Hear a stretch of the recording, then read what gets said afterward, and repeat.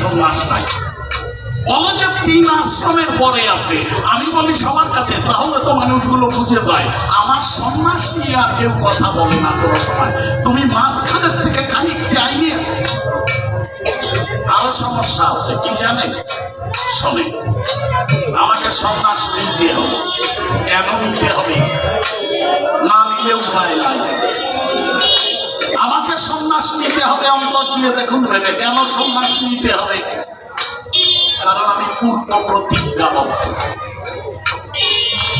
আমি আগের জন্মে প্রতিজ্ঞাবদ্ধ ছিলাম। শাস্ত্রের কথা লেখা আছে, আপনাদের লেখা আছে। সেখানে লেখা আছে কি? অহমেব কচিৎ ব্রহ্ম সন্ন্যাস আশ্রম আশ্রিতম হরি ভক্তি গ্রহায় আমি কলৌ বা মহাতান্ননা। কলির পাপাচ্ছন্ন জীবের মুক্তির তরে শ্রী গৌরাঙ্গ অবতারে আমাকে সন্ন্যাস নিতে হবে। আরো আছে কোথায়? মার্কণ্ডেয় পুরাণে। সেখানে লেখা কি?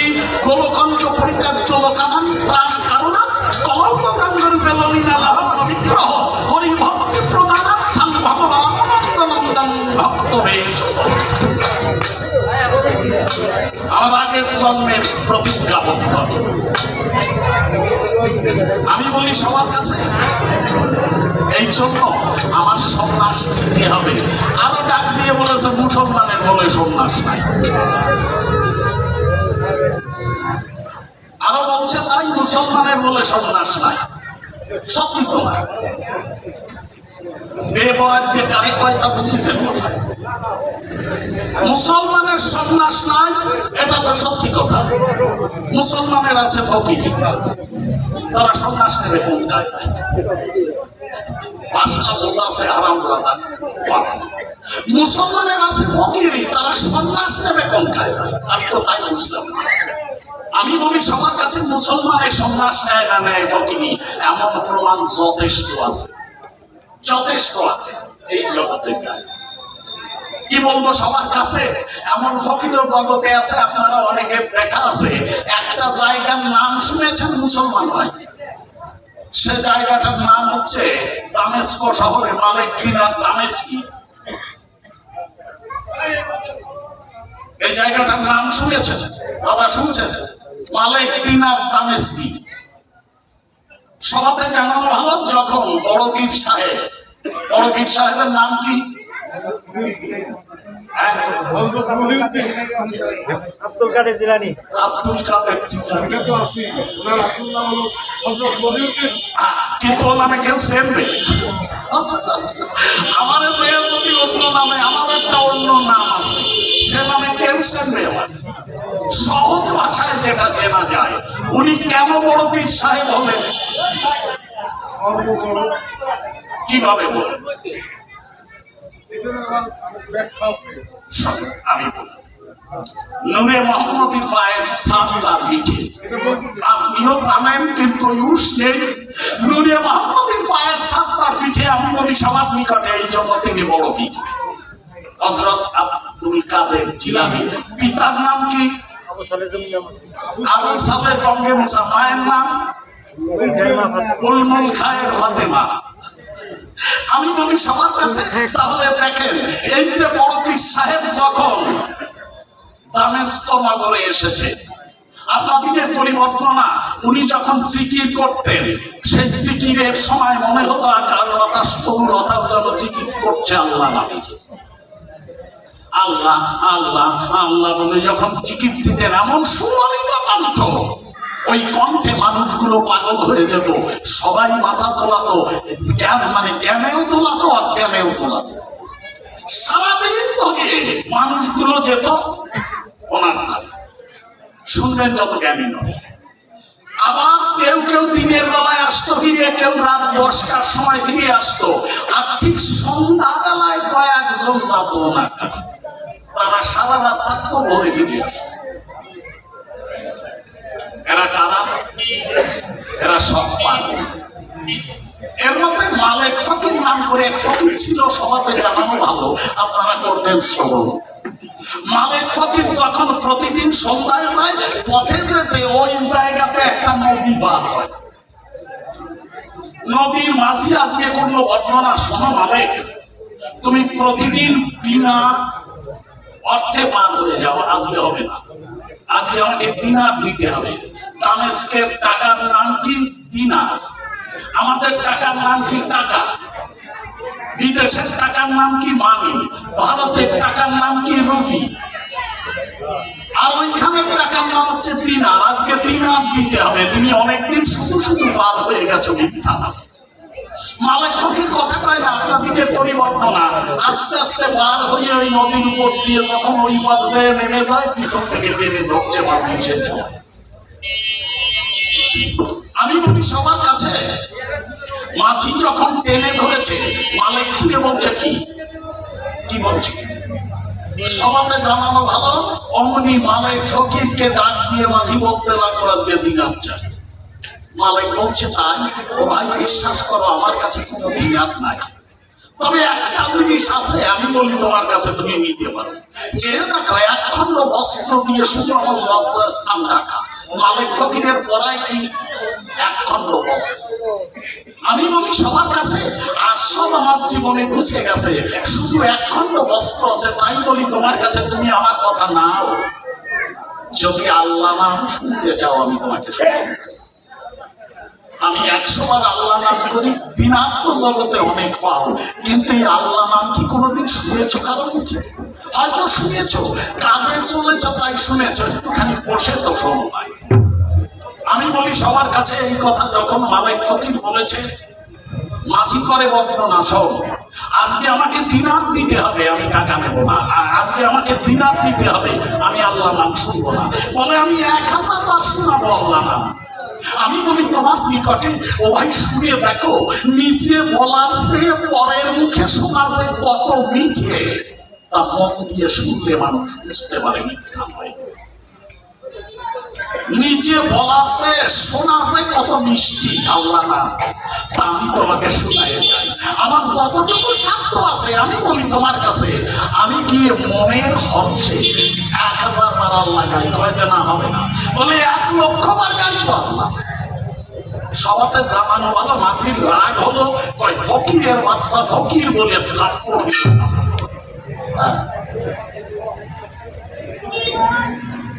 গালের পরে থাপ্পড় দেওয়ার পরে শুনলেন যত জ্ঞানী নলে, মালিক ফকির মাটিতে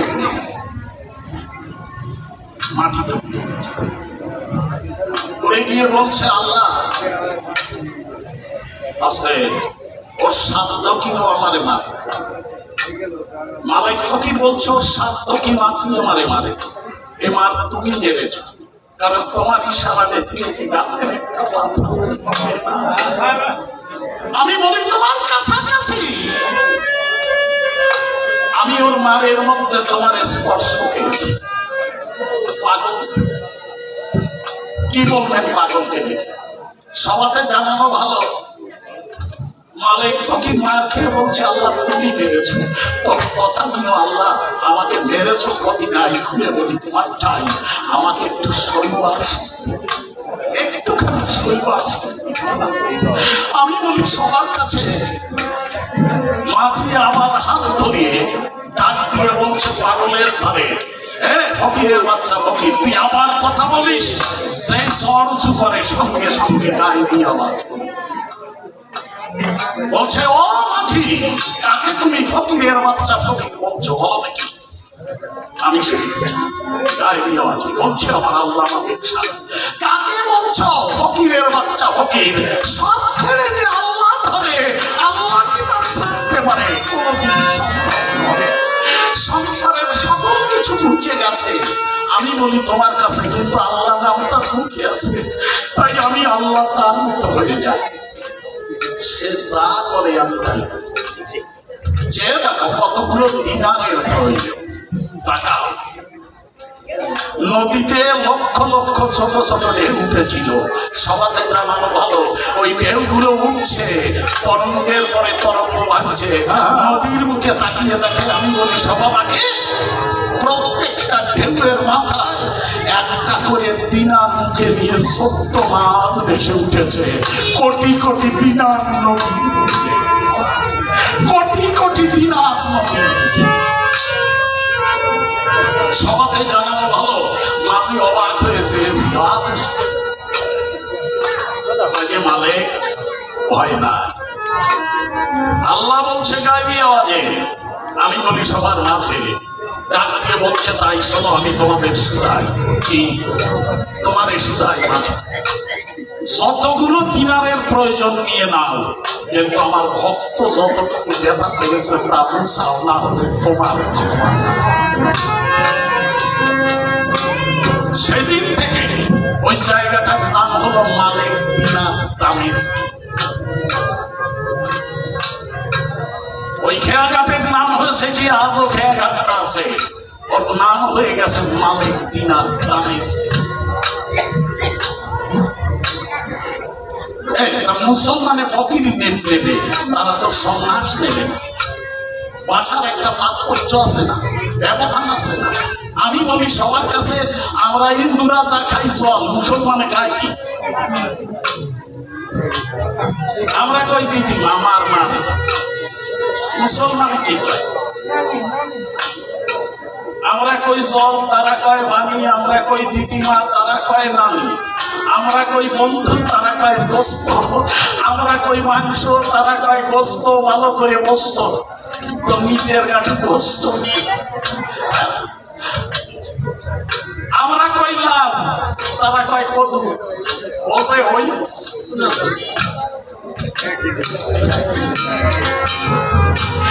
আমরা কই ছোট কাকা, তারা কয় দুধু। এই জন্য মনে করো নিতেছ না, ভাষা পাল্টাও। মুসলমানরা কখনো ফকিরি নেয়, সন্ন্যাস নেয় না। তার সন্ন্যাস আর ফকিরির মধ্যে কোনো তফাৎ নাই। সন্ন্যাস সংযুক্ত ন্যাস, তাকে সন্ন্যাস বলা হয়। আমি বলি সবার কাছে, এই যে আমি শ্রী গৌরাঙ্গ, আমার সন্ন্যাস নিতে হয়েছে কেন? জীবের জন্য। তাই বলেছিলাম সে সময় কি শোনেন নি শ্লোকটা, গোলকঞ্চ পরিত্যাজ্য লোকানাং ত্রাণ করোনা কলৌ গৌরাঙ্গম বেলনা লাবণ্য বিগ্রহ হরি ভক্তি প্রণানার্থম ভগবান। আমি হরি ভক্তি দান করবার পরে শ্রী গৌরাঙ্গ অবতারে নিচে আচরণ করে ভগবান, আমি ভক্ত দিয়ে দাঁড়ে দাঁড়ে করি। ভগবানের মা বাবা আছে,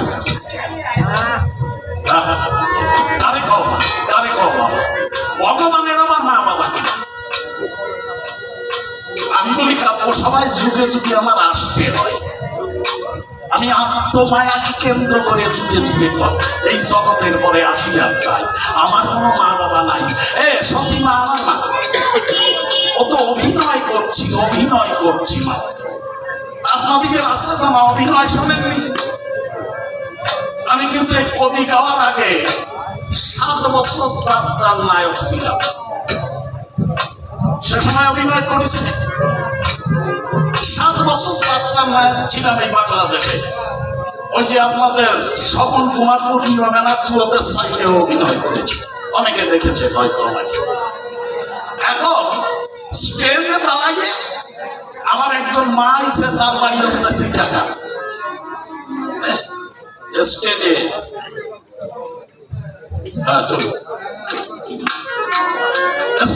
দাঁড়াইয়ে আমার একজন মা হয়েছে চিটাগাং, আমার বাবা হয়েছে তার বাড়ি সিলেট, আমার ভাই হয়েছে তার বাড়ি সাতক্ষীরা। এখন আমি হয়েছে তো আগের সংসারের ছেলে, কোন রকম দোষ দিয়ে বিমত আমাকে বাড়ির থেকে দাঁড়ায় দিচ্ছে। তাই আমি গিয়ে বলছি, বাবা বিশ্বাস করো, বাবা বিশ্বাস করো, আমি কাজ করতে পারি না বাবা, তুমি অন্তত বিশ্বাস করো। বাবা মুখে মার কাছে গিয়ে বলে, ডাক দিয়ে বলছি, মায়ের ধরে জননী গো, তুমি তো জননী, তোমার গল্পে আমাকে ধারণ না করলেও তোমাকে তো মা বলে জেনেছি। মা মুখ ফিরেছে, ভাইকে গিয়ে বলছি, ভাই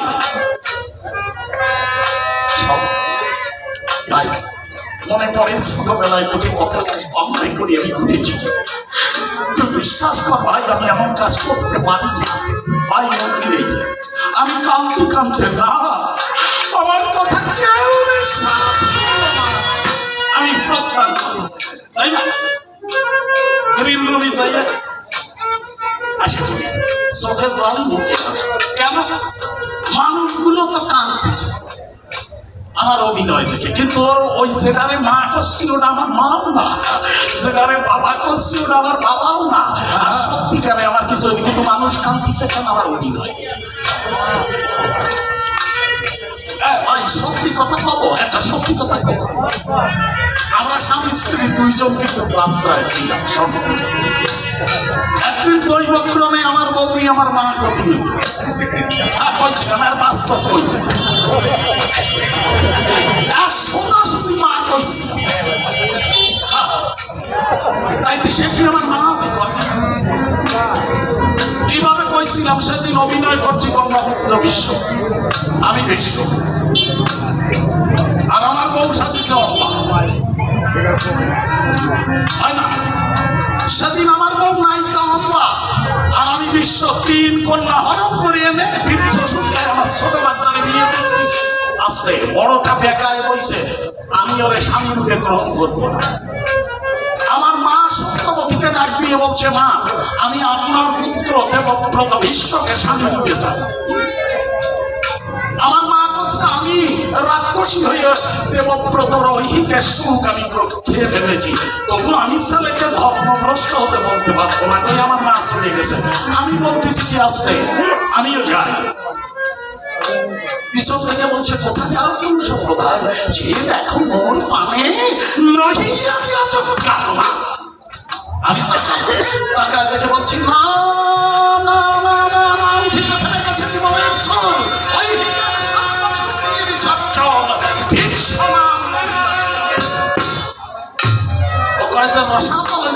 বিশ্বনাথ, তুমি পূজা পাবে জগতের, আর আমি বিশ্বের উচ্ছিষ্টা বলে রবিব বিজ্ঞা কব নাহে।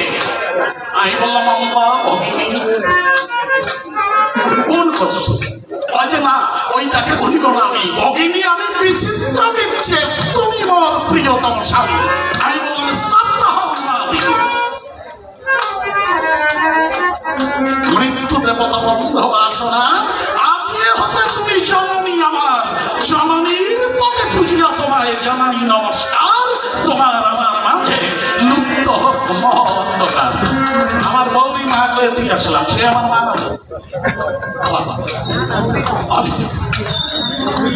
আরে শশী মাতারে তো আমি মা কই, তাই সে আমার মা। আমি ভগবান, আমার কোনো মা আছে মা কাটাইয়া কেমন ধর্ম প্রশ্ন করেছে না, সে তো আমার মা না। অভিনয়ে ব্রহ্মমঞ্চে জগতের প্রপঞ্চে আমি করছি মা ছেলের অভিনয়।